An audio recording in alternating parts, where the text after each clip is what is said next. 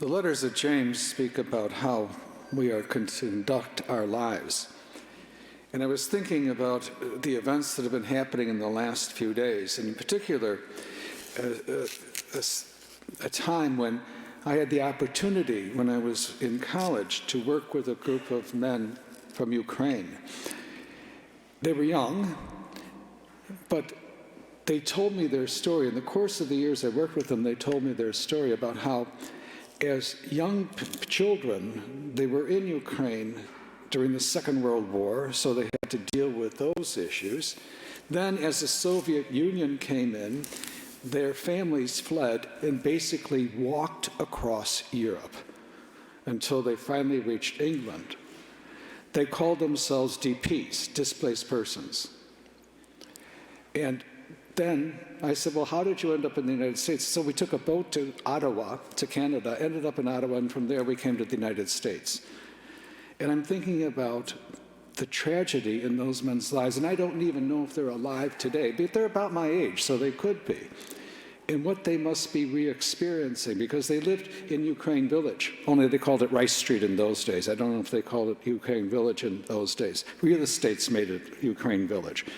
But you know, it's amazing how the stamina those men had, in spite of all that had happened to them in their lives, they were still joyful, peaceful, fun-loving people. In fact, I enjoyed their company very much, and it made summers very tolerable. And I'm thinking about what people of Ukraine are going through now, because of a few greedy people who only can think of themselves. And that's what James, and even Jesus, is talking about in the gospel. How do we treat each other? How do we respect the lives of all people? How do we make the world a better place? I heard on the news this morning that Pope Francis went to the Russian embassy today to kind of help see what he could do. But he's in a precarious position because he's a Catholic, a Roman Rite, and he has to deal with the Russian Orthodox Church.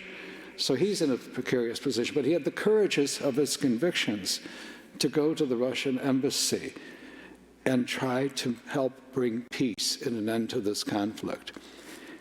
There was another one, it reminds me too, and I was telling them in the sacristy. During the Cuban Missile Crisis, Pope John the 23rd very quietly negotiated with Kennedy and Khrushchev to help end that. Nothing could be said until all three were dead, because Khrushchev was an atheist, Kennedy was a Catholic, and of course the Pope was Catholic, and there was all that tension between the Catholics and the people of the United States and the Pope. So after all three were dead, this article was published about what John the 23rd had done.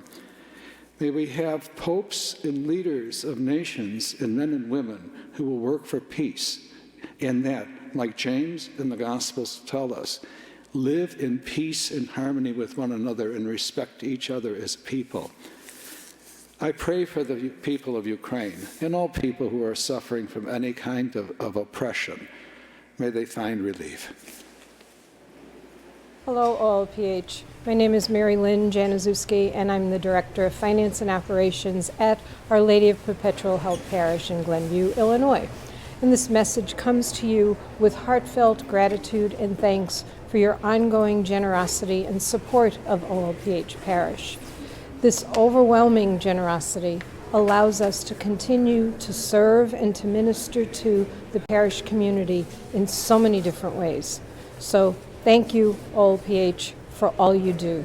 You are much appreciated.